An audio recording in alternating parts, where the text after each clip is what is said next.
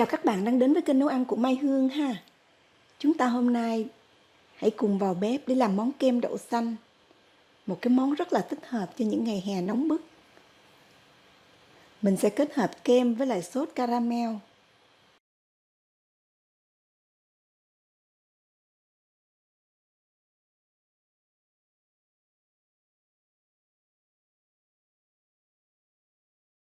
Thêm vào đây những cái hạt đậu phộng giòn giòn bùi bùi ha. Kem ngon đến nỗi mà em Lulu thèm ăn đến ngẩn ngơ luôn.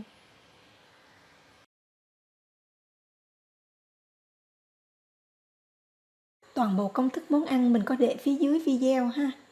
Trước khi vào bếp thì các bạn hãy ủng hộ tinh thần cho mình bằng cách nhấn vào cái nút đăng ký kênh ở phía bên dưới clip. Và nhấn vào cái chuông ngay bên cạnh để nhận thông báo ngay khi mình post lên một cái video mới.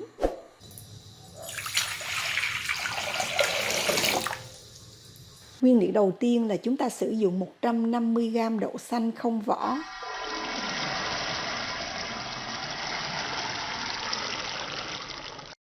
Chúng ta sẽ vo đậu cho thật là sạch. Và thay nước vài lần cho hết cái vị chua của đậu xanh. Chúng ta sẽ ngâm đậu trong nước lã khoảng 4 tiếng đồng hồ.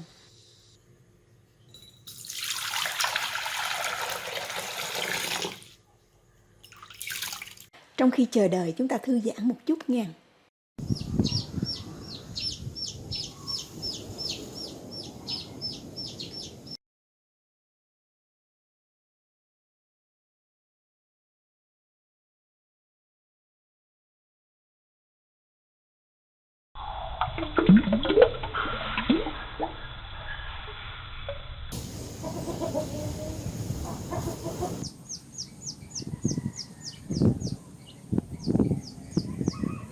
Và đây là đậu xanh sau khi đã ngâm 4 tiếng đồng hồ.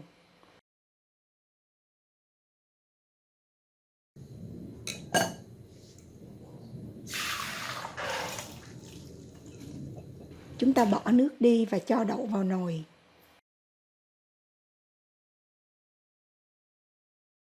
Mình sẽ nấu cái đậu xanh này với một cái lượng nước ít nhất là 800ml nước. Và lượng nước này sẽ được cho vào đậu từng bước một.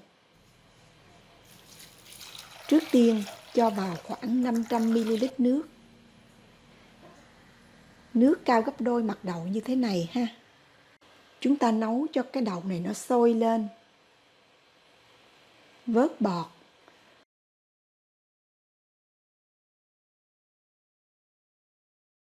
Và đậy nắp nấu với cái lửa thật là nhỏ.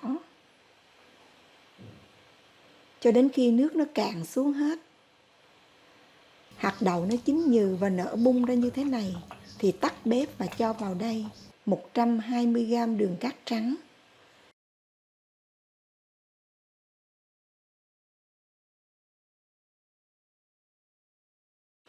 Mang đậu ra khỏi bếp và cho vào khoảng 100ml nước để cho cái hỗn hợp này nó nguội bớt xuống. Xong rồi cho vào máy xay cho thật là nhuyễn.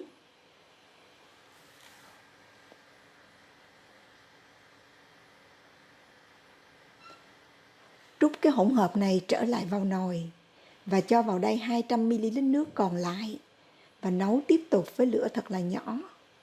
Lưu ý là các bạn phải khuấy liên tục để cho đậu xanh nó không có bị cháy ở dưới đáy nồi ha. Khuấy cho đến khi mà đậu xanh nó sánh đặc lại như thế này thì cho vào đây sữa tươi không đường 100ml. Và chúng ta lại tiếp tục nấu với lửa thật nhỏ. Khuấy liên tục cho đến khi đậu xanh sánh lại và dẻo như thế này.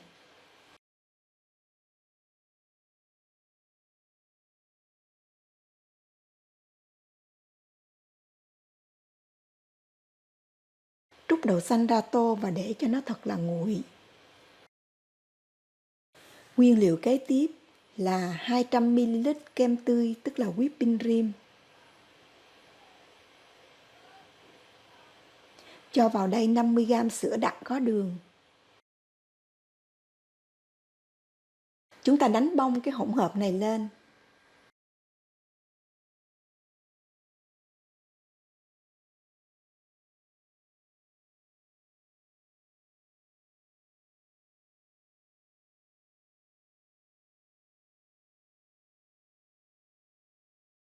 Cho đậu xanh vào và trộn đều lên.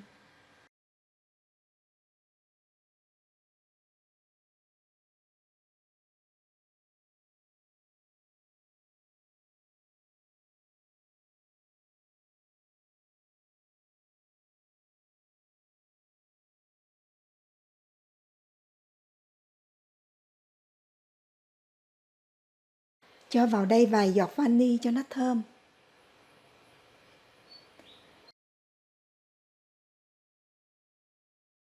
Trộn đều lên rồi cho toàn bộ hỗn hợp vào trong cái hộp.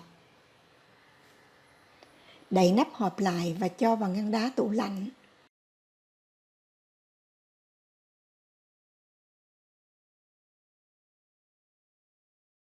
Sau khi để kem trong ngăn đá khoảng 2-3 tiếng đồng hồ thì mang hộp kem ra. Và chúng ta xới cái kem này lên.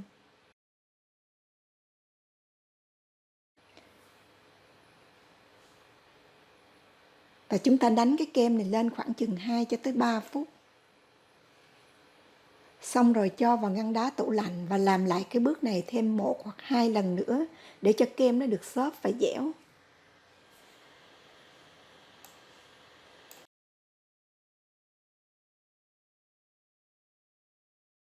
Cuối cùng thì chúng ta cho kem vào ngăn đá ít nhất là 5 tiếng đồng hồ trước khi sử dụng.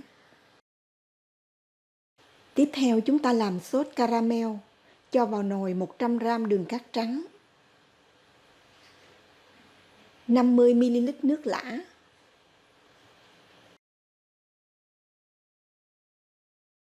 chúng ta nấu với mức lửa nhỏ nhất. Lưu ý là các bạn không có nên khuấy đảo gì cả, để yên cho đến khi đường nó sôi lên khoảng 2 phút và tan ra hoàn toàn. Thì cho vào đây khoảng 1 muỗng cà phê nước cốt chanh. Cho vào 20g bơ lạc.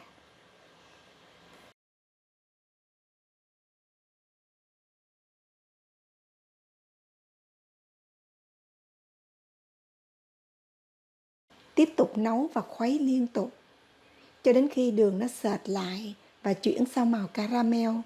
Thì tắt bếp và cho vào đây 50ml kem tươi, tức là whipping cream.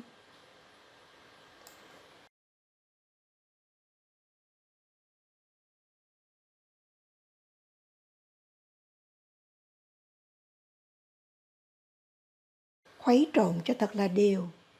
Và như vậy là chúng ta đã hoàn thành sốt caramel nó sánh như thế này. Chúng ta để nguội và nếu thích thì các bạn có thể làm giống như mình, tức là cho vào cái bao bắt bông kem để cho dễ sử dụng ha.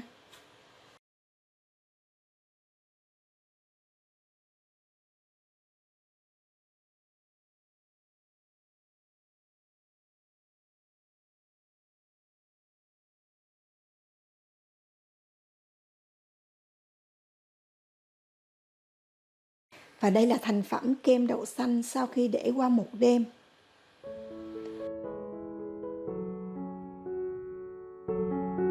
Không có cái muỗng múc kem cho nên mình chơi lớn luôn ha. Mình dùng cái vá múc canh này.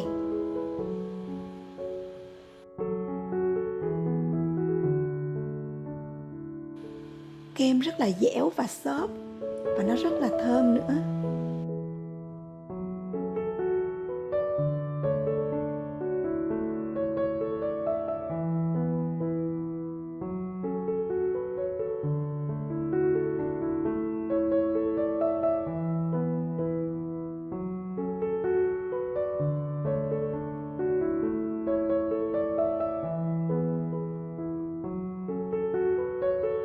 Chúng ta rưới cái sốt caramel lên ha.